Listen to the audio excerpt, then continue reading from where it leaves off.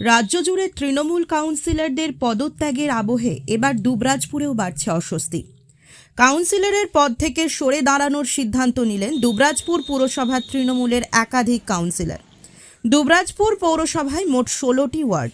ইতিমধ্যেই পদত্যাগের কথা জানিয়েছে দুবরাজপুর পৌরসভার 5 জন কাউন্সিলর, যার মধ্যে রয়েছেন 2 নম্বর ওয়ার্ডের কাউন্সিলর বুলটি চক্রবর্তী, 3 নম্বর ওয়ার্ডের কাউন্সিলর সোনামণি বাগদি, 5 নম্বর ওয়ার্ডের কাউন্সিলর অর্জুন চৌধুরী, 12 নম্বর ওয়ার্ডের কাউন্সিলর সাগর কুণ্ডু এবং 16 নম্বর ওয়ার্ডের কাউন্সিলর মানিক মুখার্জি।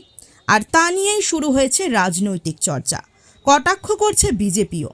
বিজেপির দুবরাজপুর শহর মণ্ডল সভাপতি দেবজ্যোতি সিং জানান, এসবই অজুহাত, কারণ দুর্নীতিগ্রস্তদের বিরুদ্ধে আইনানুগ ব্যবস্থা গ্রহণ করবে নতুন সরকার।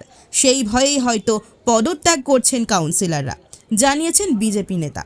তবে কাউন্সিলরদের পদত্যাগের বিষয়ে কিছু বলতে নারাজ দুবরাজপুর পৌরসভার পৌরপতি পীযূষ পাণ্ডে। প্রদীপ দাসের রিপোর্ট, নিউজ বার্তা। আমাদের পৌরসভার বেশিরভাগ কাউন্সিলরই সিদ্ধান্ত নিয়েছে যে এই ইস্তফা দেওয়ার জন্য।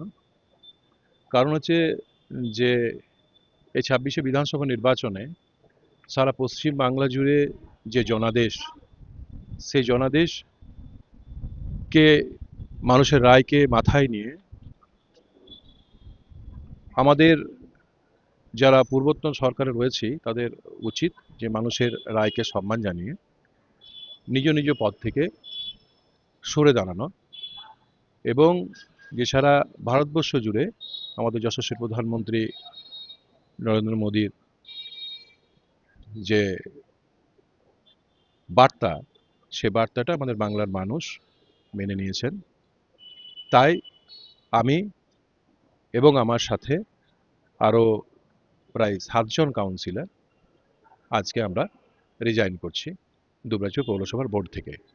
এবং তার সাথে সাথে আমরা আমার 16 নম্বর ওয়ার্ডের মানুষের কাছে আমি অসংখ্য ধন্যবাদ জানাচ্ছি, এবং তাদের